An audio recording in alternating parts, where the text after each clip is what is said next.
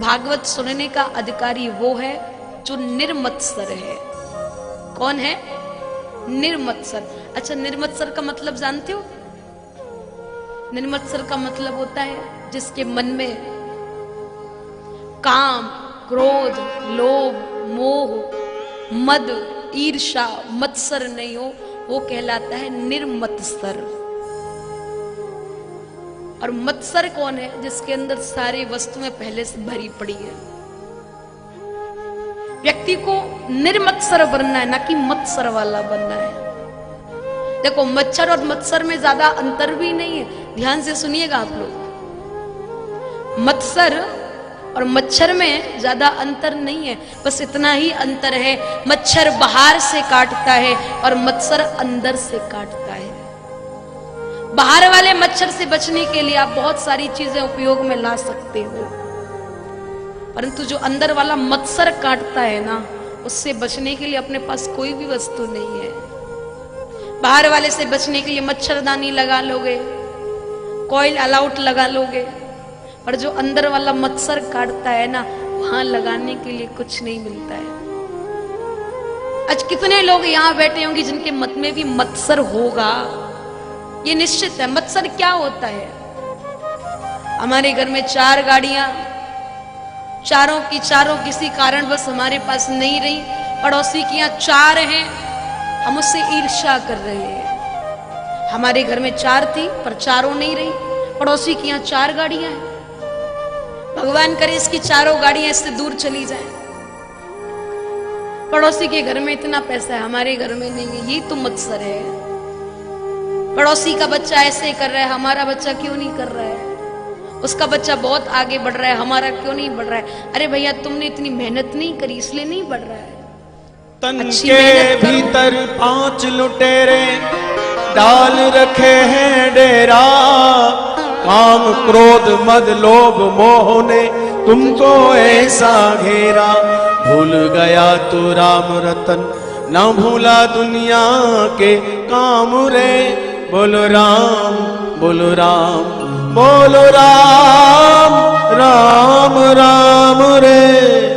धन पाना कोई बड़ी बात नहीं है, धनवान बनना कोई बड़ी बात नहीं है, ज्यादा पैसे वाले होने के लिए कोई बड़ी बात नहीं है। हर कोई बन सकता है, उसका कर्म तो अच्छा हो। हम लोग छोटी छोटी बातों को इतना बड़ा समझ लेते हैं, अपने लिए बड़ी परेशानी सामने खड़ी कर लेते हैं। एक बहुत सुंदर प्रसंग, बहुत ध्यान से सुनिएगा आप सब लोग। एक किसान था, काफी बड़ा उसका खेत था।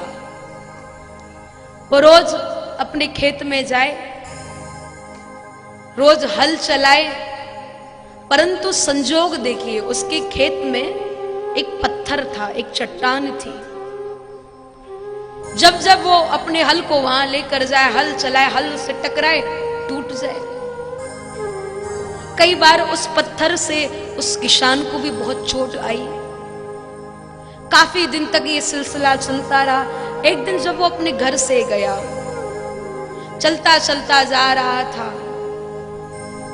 उसने कहा थोड़ा खेत को खोदूं। खेत को खोदने लगा, उसका जो फावड़ा था, खोदने वाला जो औजार था, वो उस पत्थर में जाकर लगा, उसका फावड़ा टूट गया। उसको बड़ी गुस्सा आई। इतने दिन से देख रहा हूं ये चट्टान मेरा बहुत नुकसान कर रही है, मुझको बहुत चोट पहुंचा रही है। एक काम करूं, आज इसको निकाल कर ही फेंक देता हूं, न जाने इससे कितना नुकसान हो गया। उस व्यक्ति ने, उस किसान ने क्या किया? उसको लगा कि ये बहुत बड़ी चट्टान है।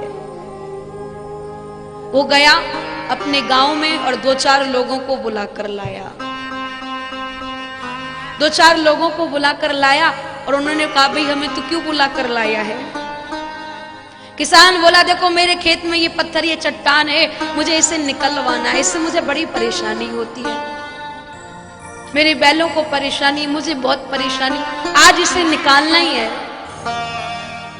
उस किसान ने एक फावड़ा लिया और जैसे उस चट्टान में मारा, उसने समझी थी बहुत बड़ी चट्टान है, पर जैसे फावड़ा मारता है, अपने आप वो पत्थर नीचे से अपने आप निकलकर बाहर आ जाता है। बहुत छोटा सा पत्थर था।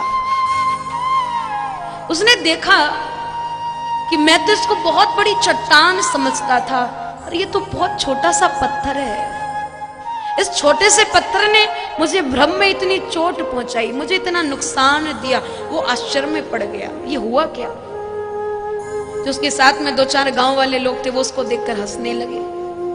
अरे तू तो कह रहा था बहुत बड़ी चट्टान है, बहुत बड़ा पत्थर है, और ये तो छोटा सा पत्थर है। इसको तूने एक फावड़े को मारकर निकाल दिया, हमको क्यों बुला कर लाया था।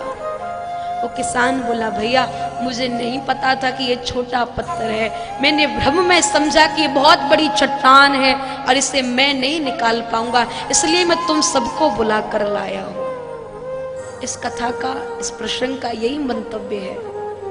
हम भी छोटी छोटी परेशानियों को बहुत बड़ी समझते हैं। जरूरी नहीं है हर परेशानी बहुत बड़ी हो, जो बड़ी भी है वो भी छोटे रूप में आ जाती है। पर जब हम लोग प्रयास करते हैं तब हम नहीं चाहें कि किसी का हम बुरा करें, हो सके कोशिश करें कि हम किसी का भला करें। जितना भला हो जाए करते रहिए, क्योंकि कहते हैं दूसरों के दुखड़े दूर करने वाले तेरे दुख दूर करेंगे भगवान।